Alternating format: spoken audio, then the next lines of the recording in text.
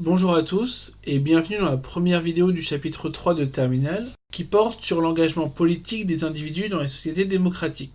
Nous traiterons ce chapitre au cours de plusieurs vidéos afin d'étudier les analyses traditionnelles de l'engagement politique en s'intéressant aux formes de cet engagement, aux motivations des individus qui s'engagent et à leur profil sociodémographique.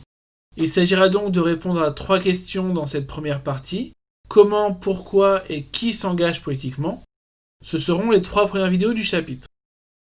Dans la deuxième partie du chapitre, nous analyserons les transformations de l'action collective en nous intéressant aux nouvelles revendications, aux nouveaux acteurs et aux nouvelles formes de revendications, en étudiant notamment les nouveaux mouvements sociaux. L'engagement politique désigne la participation active à la prise de décision, de manière directe ou indirecte, en tentant d'influencer les détenteurs de pouvoir politique. Il s'agit donc de l'ensemble des actions des gouvernés en direction des gouvernants. Ce sont donc des formes d'exercice de la citoyenneté dans une démocratie. Dans cette première vidéo, nous allons étudier les différentes formes de l'engagement politique, à savoir le vote, le militantisme et l'engagement associatif, ainsi que la consommation engagée. Nous allons donc chercher à répondre à la question suivante: comment s'engager en politique?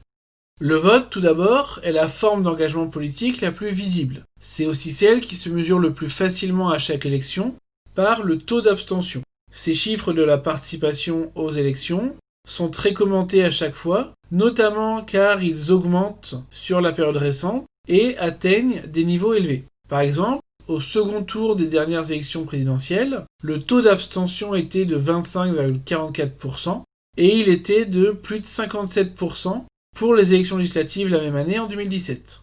Ces taux d'abstention élevés posent la question de la légitimité des élus et de leur représentativité.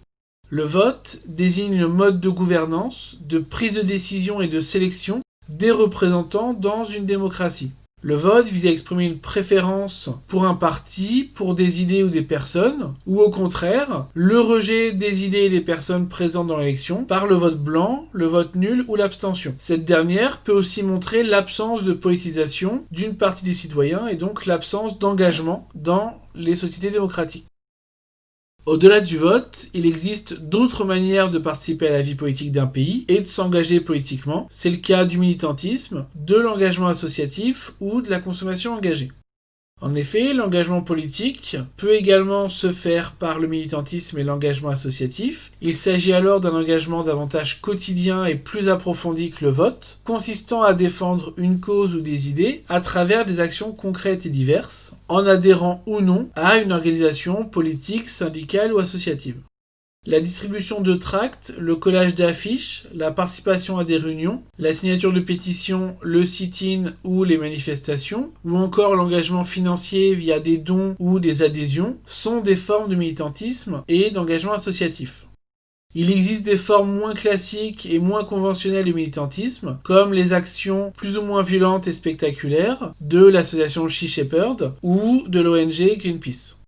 Le militantisme politique et syndical apparaît assez réduit en France actuellement, puisque le taux de syndicalisation est de l'ordre de 8% et l'adhésion à un parti politique n'a jamais dépassé 5% de la population. Par contre, en France, l'engagement associatif est très actif. Selon l'INSEE, je cite, en 2013, plus de 21 millions de personnes résidant en ménage ordinaire en France métropolitaine ont déclaré être membres d'au moins une association au cours des 12 derniers mois, soit 42% des personnes âgées de 16 ans ou plus. On peut également noter un lien assez fort entre l'adhésion à une association et la participation à la vie citoyenne. Toujours dans la même étude de l'INSEE, je cite, « La participation à la vie associative s'accompagne d'un engagement citoyen plus élevé. Ainsi, parmi les adultes inscrits sur les listes électorales, à caractéristiques sociodémographiques identiques, la probabilité d'avoir voté aux élections législatives de 2012 est 1,8 fois supérieure pour les membres d'associations.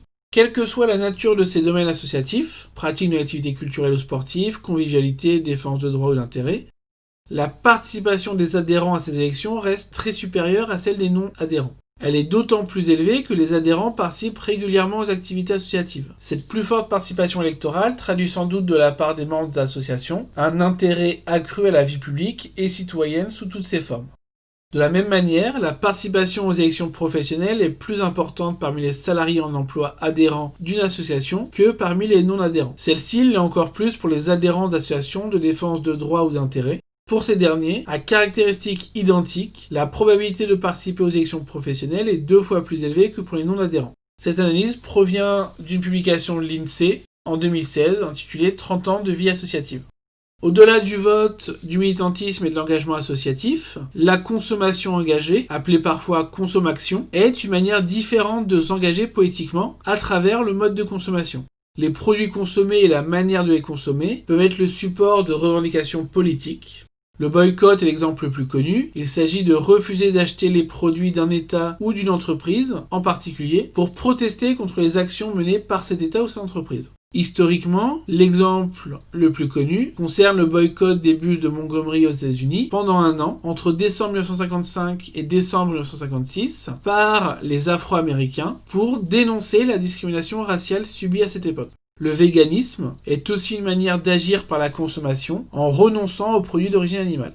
À l'inverse du boycott, la consommation peut également être utilisée pour soutenir des idées, des valeurs et une économie. On parle alors de boycott. C'est notamment le cas pour les produits respectueux de l'environnement comme l'agriculture biologique ou les produits respectueux de la dignité humaine comme la lutte contre le travail des enfants ou afin d'assurer des revenus suffisants aux producteurs. Par exemple, la consommation de produits issus du commerce équitable ou la consommation éthique sont des formes de boycott. L'achat de produits locaux et plus généralement le patriotisme économique sont d'autres formes de consommation réfléchie et engagée en faveur de produits nationaux. En somme, par sa consommation, le citoyen peut exprimer des préférences politiques et orienter les actions des gouvernants et des entreprises. Nous avons donc montré dans cette vidéo que le citoyen, et plus généralement l'individu, peut s'engager politiquement dans les sociétés démocratiques de différentes manières, que ce soit par l'intermédiaire de son vote, ou par le militantisme, l'engagement associatif et la consommation engagée. Dans la prochaine vidéo, nous présenterons le paradoxe de l'action collective et nous montrerons comment on peut dépasser ce paradoxe en expliquant pourquoi les individus s'engagent politiquement. Vous retrouvez plus d'informations dans la description. Bon courage et à bientôt dans une nouvelle vidéo.